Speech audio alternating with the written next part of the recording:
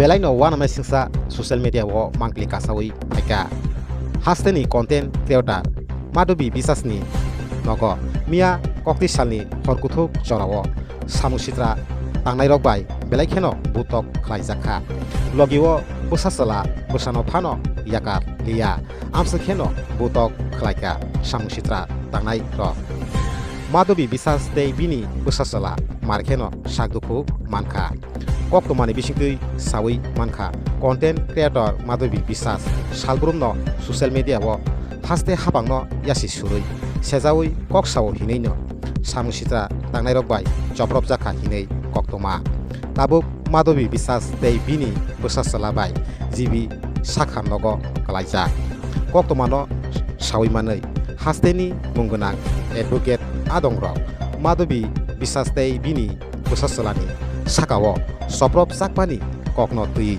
tamo kok saka khnawi naibedi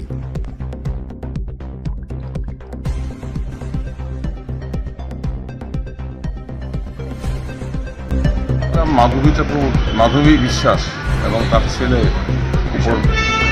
ছেলের উপর গতকাল রাত্রিতে যে ভয়াবহ হামলা এবং তাদেরকে খুনের উদ্দেশ্যে গুরুতর জখম করা হয়েছে এটা আজকে জানতে পেরে ছুটে এলাম। ছুটে এসে আমরা শুনলাম মাধবী এবং মাধবীর তার ছেলের কাছ থেকে গতকাল মধ্যরাত্রিতে একজন দুষ্কৃতিকারী এর মধ্যে একজন দুজন মহিলাও ছিলেন, তারা মুখে কাপড় বেঁধে হাতে রড লাঠি নিয়ে মাধবীর বাড়িতে আক্রমণ করে বাড়িঘর ব্যাপক ভাঙচুর করে তছনছ করে লণ্ডভণ্ড করে এবং মাধবী এবং মাধবীর ছেলেকে মেরে মাধবীর তো 5টা সেলাই করতে হয়েছে মাথায়, ছেলের মাথায় 5-7টা সেলাই করতে হয়েছে, কোনোক্রমে তারা বেঁচে গেছে। শুনলাম পুলিশ গিয়ে পরবর্তীতে উদ্ধার করে তাদেরকে হাসপাতালে ভর্তি করেছে।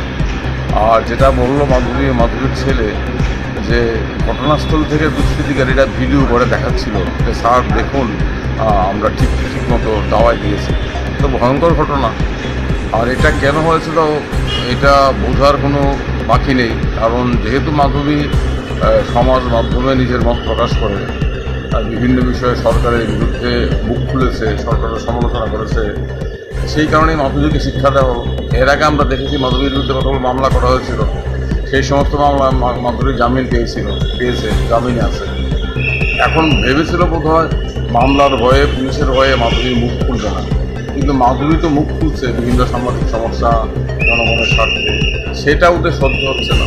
এতে প্রমাণিত হলো নতুন করে প্রমাণের পিছনে যে আমাদের রাজ্যে কথা বলার অধিকার, বাক স্বাধীনতা এগুলোকে চিরতরে ছুটিতে পাঠিয়ে দেওয়া হয়, তাহলে এই ধরনের ঘটনা ঘটতে পারে। আমি পুলিশ প্রশাসনের কাছে আবেদন করব, দাবি জানাবো আপনারা ব্যবস্থা নিন।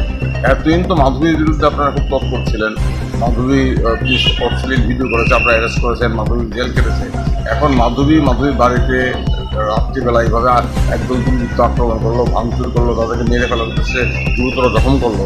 এখন আপনারা কোথায়? এখন পুলিশ বাহিনী কোথায়? এখন আরক্ষা বাহিনী কোথায়? এখন কেন গ্রেপ্তার করা হচ্ছে না কাউকে?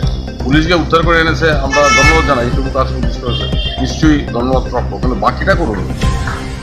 এবং আমি রাজ্যের মানুষের কাছে আবেদন করবো, জানাবো দেখুন সমাজ মাধ্যমে মুখ খোলা, সত্য কথা বলার জন্য কিভাবে নাগরিকদের মাধ্যমে করা হচ্ছে। এটা আমরা বলবো এইভাবে মানুষের মুখ বন্ধ করা যায়। আজকে মাধবীর ছেলেকে এইভাবে মেয়েদের যদি কেউ ভেবে থাকে মুখ বন্ধ করা যাবে না। মাধবী যে প্রশ্নগুলো করছিল জবাব দিন না। যদি সৎ সাহস থাকে, নিজেদের উপর দৃঢ় বিশ্বাস থাকে, মাধবী সরকারের বিরুদ্ধে যাদের বিরুদ্ধে সমালোচনা করতে হয় জবাব দিন, তোমার বক্তব্য ঠিক নয়, তাহলেই তো হয়। জবাব না দিয়ে তর্ক যুদ্ধে অবতীর্ণ না হয়ে দুর্বৃত্ত বাহিনী পাঠিয়ে একটা মেয়েকে এবং তার ছেলেকে, একটা নারীকে তার ছেলেকে আহত করা, গুরুতর খুন করার উদ্দেশ্যে, এটা কোথায় আছে? কোন জঙ্গলের রাজত্বে আমরা বাস করি?